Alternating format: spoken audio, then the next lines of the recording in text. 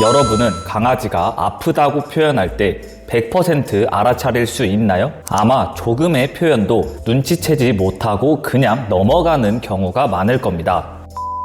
안녕하세요. 리루크 대표훈련사 이성용입니다. 늘 우리 곁에서 행복을 주는 이 작은 강아지들은 우리의 말을 직접 이해하지는 못하지만 이해하려고 굉장히 노력하고 강아지만의 방식으로 건강 상태나 감정을 표현합니다. 그러나 많은 보호자들이 그 신호들을 무시하고 있죠. 오늘 영상은 강아지가 아픔 또는 불편함을 겪고 있을 때 보이는 행동의 신호들을 말씀드리겠습니다. 이러한 지식은 강아지의 생활을 더 건강하고 행복하게 만드는데 필수적입니다. 본 내용에 앞서 구독과 좋아요는 다음 영상 제작에 아주 큰 힘이 됩니다. 첫 번째, 강아지의 아픔을 감지해야 하는 이유. 강아지는 몸이 불편하거나 아플 때 언어로 표현할 수 없기에 행동이나 습관의 변화로 이것을 알립니다. 이러한 신호를 간파하는 것은 보호자의 의무이자 서로의 유대감을 형성시키는데 아주 중요합니다. 신속히 문제를 진단하고 치료를 시작함으로써 보다 심각한 건강 문제로 발전하는 것을 예방할 수 있습니다. 두 번째, 눈의 상태. 혹시 강아지가 눈을 비빈 적이 있나요?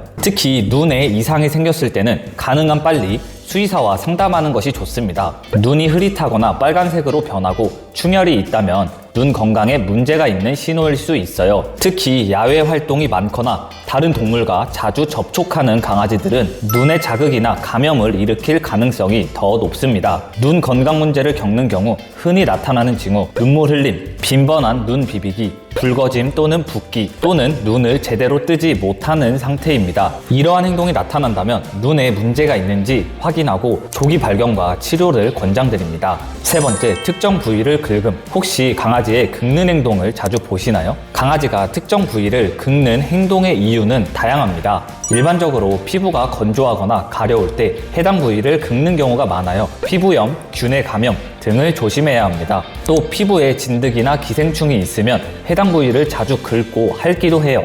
마지막으로 보호자에게 관심을 받기 위해 특정 부위를 긁을 수도 있습니다. 보호자의 주의나 보상을 받기 위한 요구적 행동이기 때문에 아무런 증상이 없는데 긁는 행동을 한다면 아예 그 자리를 벗어나는 것도 방법입니다. 네 번째, 움직임이 줄고 잠이 늘어남. 갑자기 강아지가 계단을 올라가지 못한다거나 소파나 침대에 점프를 하지 않는다면 꼭 확인하셔야 합니다. 퇴행성 질환, 만성 통증, 스트레스가 쌓이고 통증이 생겨 평소보다 쉽게 지치거나 계단 등을 오르기 싫어합니다. 강아지의 활동량을 풀어주지 않았는데도 평소보다 잠을 많이 잔다면 건강 문제로 피로하거나 불쾌함을 느껴서일 수도 있고요. 만약 강아지가 예상보다 훨씬 더 많은 잠을 잔다면 건강 문제일 확률이 높습니다. 일반적으로 건강한 강아지는 적절한 수면과 활동 패턴을 유지하며 특별한 문제가 없는 한 자연스럽게 잠이 많아지지는 않습니다. 다섯 번째, 체중 감소. 강아지의 체중이 급격하게 줄어든 적이 있나요?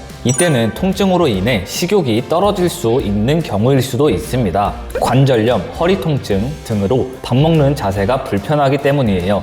허리나 관절을 만졌을 때 아파하는 것 같다면 수의사와 꼭 상담을 해봐야 합니다. 또 스트레스나 불안한 상황, 갑자기 바뀐 사료 등으로 인해 체중 감소를 유발할 수 있습니다. 마지막으로 너무 많은 운동은 강아지에게 체중 감소를 일으킬 수 있어요. 특히 활동량이 많고 운동을 많이 한 당일에는 식사량을 증가시켜야 하므로 적절한 식사 계획이 필요합니다. 여섯 번째, 배변 실수 증가. 갑자기 강아지가 배변 실수를 했다고요? 배변과 관련된 부위에 통증이 있거나 거동이 불편하여 화장실까지 이동하기가 어렵기 때문에 배변 실수 확률이 올라가게 됩니다. 또는 소화 문제를 겪고 있는 경우에 강아지는 배변을 제어하기 더 힘들 수도 있습니다. 마지막으로 스트레스 또는 불안감을 느낄 때 배변 패턴에 변화가 생길 수도 있습니다. 위 세 가지 모두 해당이 되지 않는다면 평온한 상태에서 배변 교육을 조금씩 해주어 배변 성공률을 올려주면 됩니다.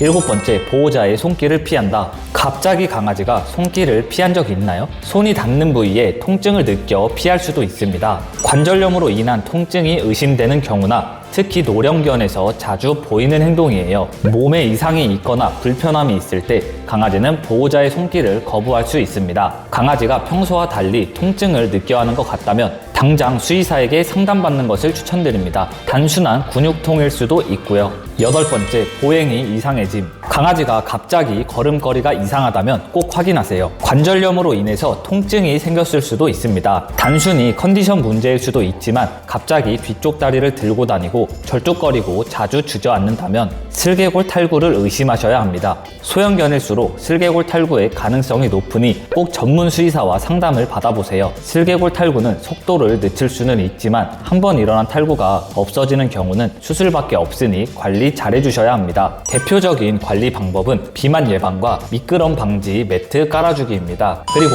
퍼피 시기일수록 관리가 더 중요한데요. 퍼피 시기에 하면 안 되는 행동이 궁금하신 분들은 고정 댓글 참고해주세요.